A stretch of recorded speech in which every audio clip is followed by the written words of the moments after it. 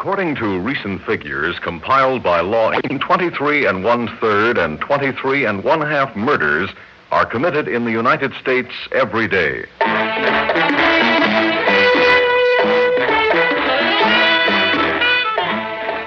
Theater 5 presents An Average American Murder. Our drama will begin after this message. This is Elke.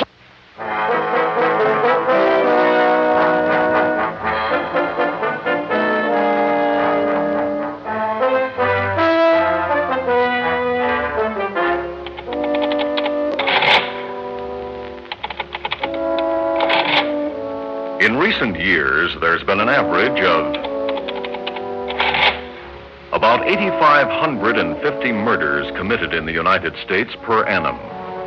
That comes out to an average of slightly less than 23 1/2 murders a day. However, more murders occur on one day of the week than any other.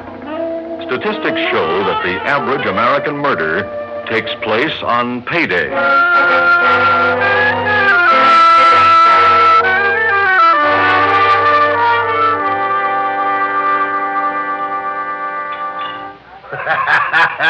Here's to you, Sammy.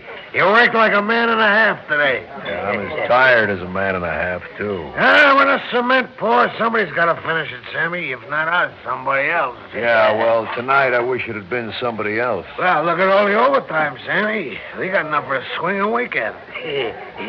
Stick around or we'll find some action. Oh, not me, Chubby. I'm going home, clean up, have supper with the missus, and sleep till Monday. Okay. But the nice thing about overtime cash is that the missus never misses it. Yeah. Hey, how about that? The missus never misses it.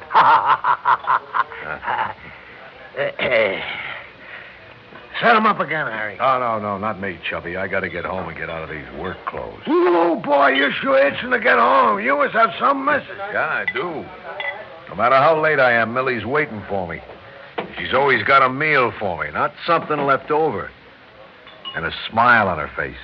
And she's got a nice-looking face, too. I mean, I'm proud to call her my wife.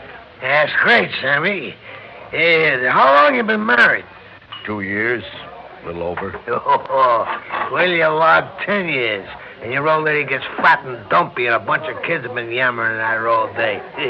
Maybe you'll slow down a little, too, huh? You'll be right there in this saloon with the rest of us slobs, sopping up a little courage. Yeah, maybe, but Friday night's always kind of special for us, Chub. I stop by a butcher shop in the neighborhood and eat pork chops. 5 little beauties. 3 for me and 2 for her. Millie bakes them in a pan with scalloped potatoes while I get cleaned up. And then we turn on some music. We light the candles in the living room. And we have a nice little bottle of wine. Just me and Millie. It's kind of nice, you know. Yeah. What's a working like you doing in candlelight? Hey, fellas, we got a real lover boy here. Candles, soft music, the works. Okay. Come on. I gotta go, Chubb. Thanks for the belt. Hey, don't run off, Sam. I was just kidding. Hey, come on, Sammy. What's the matter? Nothing, but I gotta be. Good night, fellas.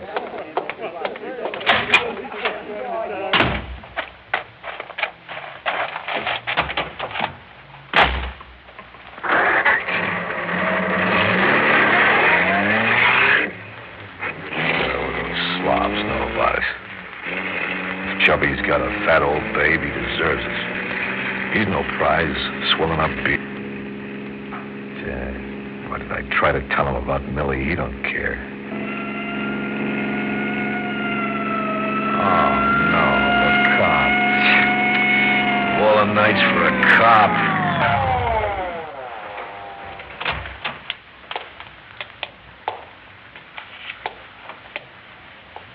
What's the hurry, Jocko? Oh, I'm sorry.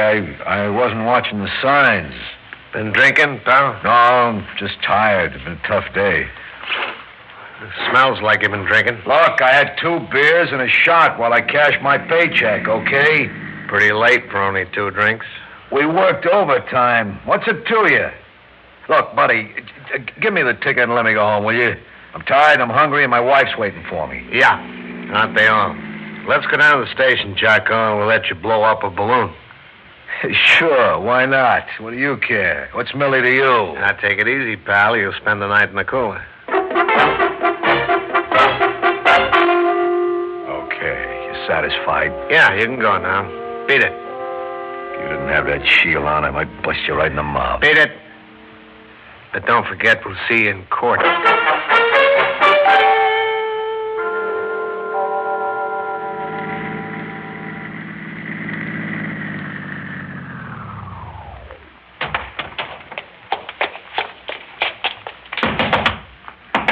Hey, Mr. Sousa. Mr. Sousa, you in there? Oh, gee, I can't be that late. Oh, there's a lighting back. Somebody's in there. Mr. Sousa, it's me, Sam. Mr. Sousa, it's not my fault. I didn't mean to be late. Why? Why is everything so wrong? All I want is some pork chops with Millie. Well, it's got to be somewheres open.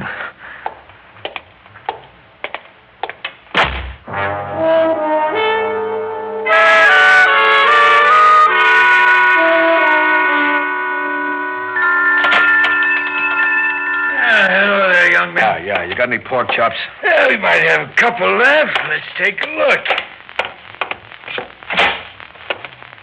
All right, young man. Got 3 left. Only 3? That's all. Look pretty scrawny and dried out. Yeah, they've been sitting in the freezer all day. You wouldn't look too good yourself. Okay. I just hope that nothing and nobody else gives me a hard time before I get home.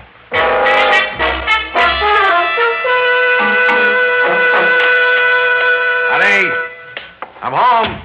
Hey, I got the pork chops. Sam, what happened? I've been worried sick. Are you all right? Yeah, I'm all right. Only everything in the world went wrong tonight. Oh, I've been calling all over. I thought you had an accident or something. Well, that's about the only thing that didn't happen. I wish you'd called me, Sam. You know how I worry. Oh, I'm sorry, Millie. So many things went wrong. I just never thought of it. I'm sorry. Oh, here's the pork chops. Oh, I'd forgotten all about supper. I was so worried, Sam. Did Mr. Sousa sell you these? No. He was closed when I got there. I drove all over town looking for a place. Oh, honey, you should have just come home. We could have had eggs or... Yeah, I didn't want eggs or even some hamburger. I knocked myself out working all day and then hunting for pork chops half the night, and you laugh at me. It's enough to make a guy wish he didn't come home. Oh, I'm sorry, Sam. I'm not laughing at you. You know how much I like tonight to be a little special, with candles and all. Oh, I'm not laughing at you, Sam. It's just that I was so worried and then so happy to have you home. And then these silly, scrawny little pork chops looked so funny. I didn't mean it. Well, Millie, I didn't mean it about wishing I didn't come home either. Look, now you go take a shower and change your clothes while I cook us a nice supper. Okay. Millie, it is nice to be home. Real nice.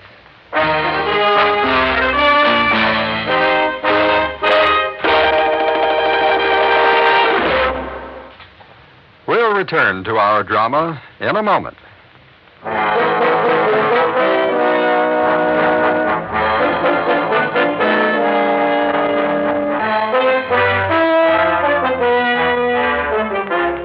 According to major city police records, 9 out of 10 murder victims know their assailants. In most cases, they are close friends or relatives. Most murderers kill only once, and most murder cases are solved within a period of hours. Liquor and money are factors which often play some part in the crime of murder. That's why payday is the most likely time for the average American murder.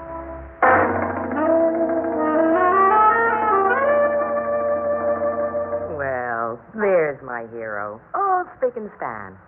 Feel better, dear? Yeah, I'm fine. All right, sit down and pour the wine, Sam. I'll be right there. Yeah, it looks pretty in the candlelight.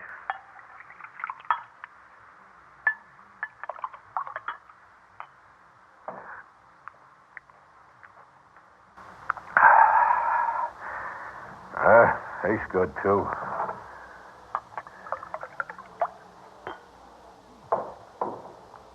Sammy, that's no way to enjoy good wine. Oh, I'd just like to gulp a little while it's still cold. I'm sorry. Oh, all right. All right, it's not a crime. Now, tell me all about what happened today.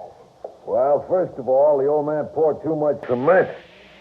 We were down on our knees finishing till almost 8:30. Oh, we can sure use the extra money, though. Yeah, then we all went over to a crummy gin mill to get our checks cashed, Chubb and me and a bunch of the other guys.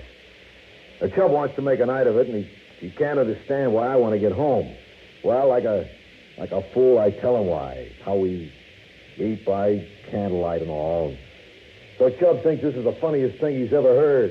Hey, fellas, he shouts, we got a real lover boy here. I could have strangled him. Oh, Sam, Chubby was just teasing you. He didn't mean any harm. Yeah, well, I didn't go for it. What do those slobs know about it, standing around a saloon all night? Well, Chub's been a good friend to you, Sammy. Well, whose side are you on, Mel? Oh, I'm sorry, honey. Well, then what happened? Well, I got out of there fast before I socked somebody. It really burned me. And then I'm driving along, just trying to get home and all, and along comes a cop with his Mars lights blinking. Well, this is all I need. So one thing leads to another, and he thinks I'm giving him a hard time. You better follow me down to the station, Jocko. You've been drinking. So down we go to the station. They got me touching my nose and breathing into a balloon machine. Did you pass? What? Sure, I passed. I only had 2 beers and a shot, and I knew this. That cop knew it before he took me in. But he wanted to let me sit around the station and cool my heels for a while. Real sweetheart. And I told him I'd like to see him without his badge on. Oh, Sammy, when are you going to learn to keep your mouth shut? You know, every time you get mad at somebody, he's come up the loser. Well, what right does he have hauling me into the station, a dumb cop? I hate cops. I always have. Well, nabbing junkies instead of picking on decent citizens. Were you speeding, Sam? I don't know. I was so mad at Chubb, I just wanted to get home. But you were speeding. Well, the cop claimed I was doing 60 in a 40-mile zone. Oh, Sam. How much was the fine? Oh, I don't know. I got to go to court in a couple of weeks. They made me put up a $25 bond. $25? Oh, I'll get some of it back in court. You want some more wine? No, not yet. Oh, you'll miss a half-day's pay going to court, too. Oh, Sammy, why can't you learn to control your temper? You're like a little kid. Every time somebody teases you or things just don't go right, you always forget yourself. I just don't like to be pushed around, that's all. I work hard all day, Mill. Pouring concrete is the toughest work in the world. All I want to do after that is stay home with you. Is that a crime? Guy works hard and then wants to stay home with his wife? Oh, I'm sorry, Sammy. It's just when we work so hard to save a little, I hate to see it go into speeding tickets. Well, it ain't like it happens all the time. It's the first ticket I've had since we got married. Sammy, don't shout at me. Look, here I sit all day waiting for you to come home. Then you come home 6 hours late with 3 miserable pork chops and a speeding ticket. How much can I take? Not even one phone call in 6 hours. I was trying to get home. Don't you believe me? Don't you know how much coming home tonight means to me? Look, I work on my knees all day, all week. Just dreaming of Friday nights. Oh, I love you, Millie. Don't you understand that? Oh, of course I do, Sammy. I understand, and I love you very much. Someday we'll have a child, darling, and we'll give him all the things we ever wanted. All the things we never had. He'll go to college, Mill. He'll be a doctor or a lawyer, something important. He won't have to crawl around on wet cement like his old man. He'll be somebody. Millie, did I ever tell you how beautiful you look sitting here in the candlelight? Oh, no. Now what? Stay right there, Sam. I'll get it. Hello? Hello?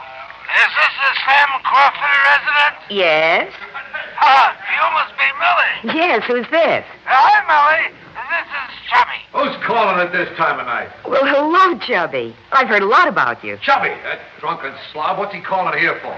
Yeah, I've heard a lot about you, Millie. Since says you're a real nice lady. And a real looker, too. Well, thank you. That's very sweet. Oh, swell. Now he's sweet talking. Hang up, Millie. Yeah, Sam says you're a real looker. Oh, Chubby. What are you laughing about? Chubby, do you want to talk with Sam? He's right here. You bet he's right here. What do you want?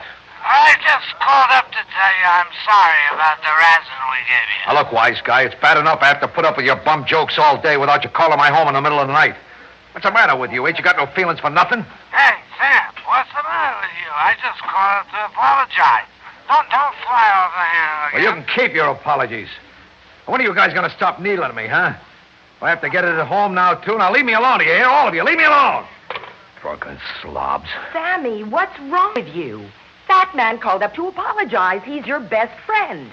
Oh, no wonder nobody ever invites us anywhere or comes to see us. Why should they when you're going to bite their heads off? You know what's the matter with you, Sam? What? You've got no sense of humor. You always walk around with a chip on your shoulder and expect everybody to love you anyway. The world doesn't owe you anything, Sammy. Everybody works just as hard as you do, only they don't make it tougher for themselves by telling everybody off. Sammy, you've got to learn to laugh at yourself now and then and roll with the punches. What's to laugh about? Am I that funny? Big funny lummox, all back and no brain, is that it? That because I'm so dumb that I want to come home and be with my wife and I knock myself out running all over town for some pork chops, everybody's got to laugh, including her? Oh, the pork chops. Huh? Oh, no. What's the matter? I burned them, potatoes and all. You burned them? Why did you have to get such thin ones, Sammy? Why didn't you just come home? You burned them? I didn't like the looks of them anyway. Maybe you burned them on purpose. They looked like they might be spoiled. Even you, my own wife, you're all alike. The whole rotten bunch of you laughing your fool heads off at Sammy. Let the poor slob work himself to death. He's a man and a half, he is. A mule and a half. A working stiff. Just a big hulk with no class. What do you know about love, Sam? Or nice things like candlelight and music? What do you know? Sam, stop looking at me like that. They're only pork chops. I'll fix us some eggs and toast. They've been making fun of me ever since I was a kid. Banker and the rest. Now even you're in on it, huh, Millie? Let's have some fun with big, dumb Sammy. Even you. Sam, what's come over you? Keep laughing, I hear you, just like the rest. Sam? The knife, my butcher knife. Put down that knife. Poor Sammy never gets the joke. Keep laughing. Sammy, what are you doing? Oh. Now you won't laugh anymore. Sammy. What? Millie, no. What have I done? Sammy. I never laughed. Not at you. Millie, I'm sorry. I forgot myself. Sammy. I can't. Sammy. Millie, I didn't mean to do it, Millie. I didn't mean it, Millie. Millie. I don't care about the pork chops.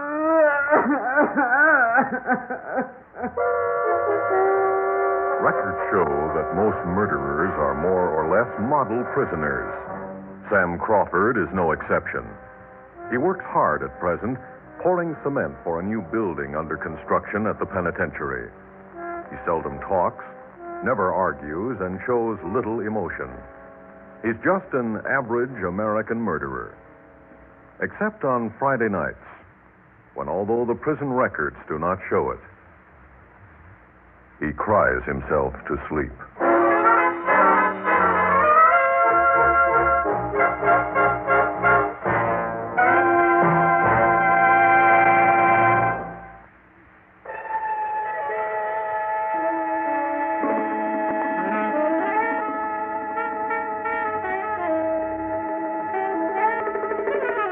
The Other Five has presented An Average American Murder, written by Jim McGinn and directed by Ted Bell.